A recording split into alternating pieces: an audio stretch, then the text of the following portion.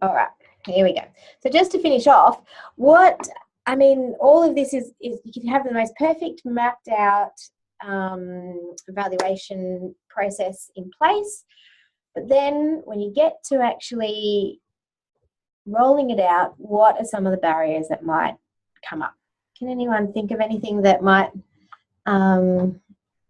stop all of this being and effectively evaluated?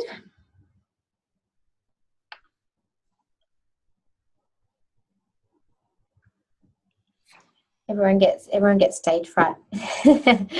Well, I mean, there's all sorts of things, but and I suppose I wanted to put this slide in to just for you to start thinking about the fact that things might not necessarily run as smoothly as thought, and it comes back to that community engagement as well.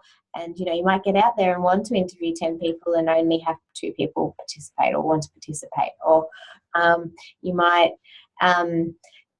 get out and or look to evaluate a certain area, and then, so if we're using the fruit and vegetable systems, for example, that you might want to look at comparing the different farmers markets that are offered in terms of numbers, and then all of a sudden the local council says that they're not able to support that farmers market going ahead anymore, and then you've lost 2 of your biggest sites within your evaluation system. So, these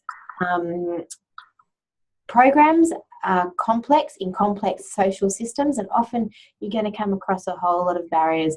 And thinking about how you build in allowances for that, but also acknowledge that in the dissemination of your results is really important too. So I just thought I'd flag that. We might come back and visit that a little bit more in detail later.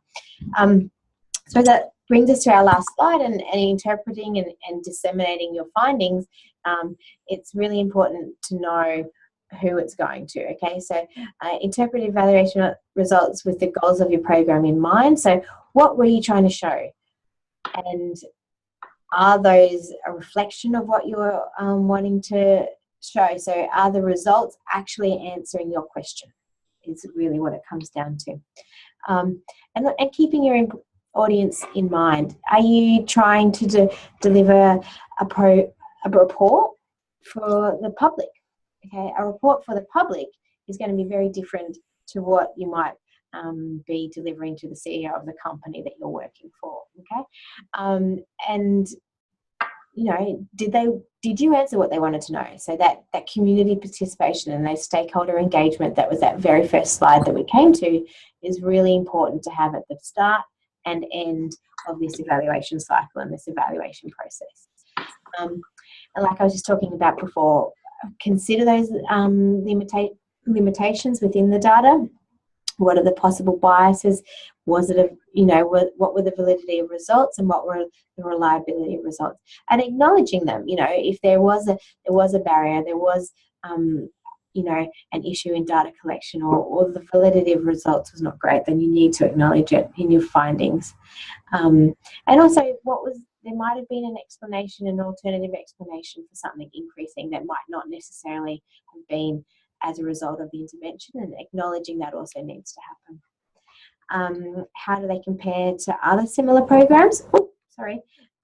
Is also really important, often benchmarking across and saying, well, this is what our program showed, this is how it was important, it was similar to this, but this was an added benefit when you're really developing those final dissemination of results. Because often it is, like I said, the next step to more funding, and showing how important the findings of your results are and how important the program is may determine the longevity of a program.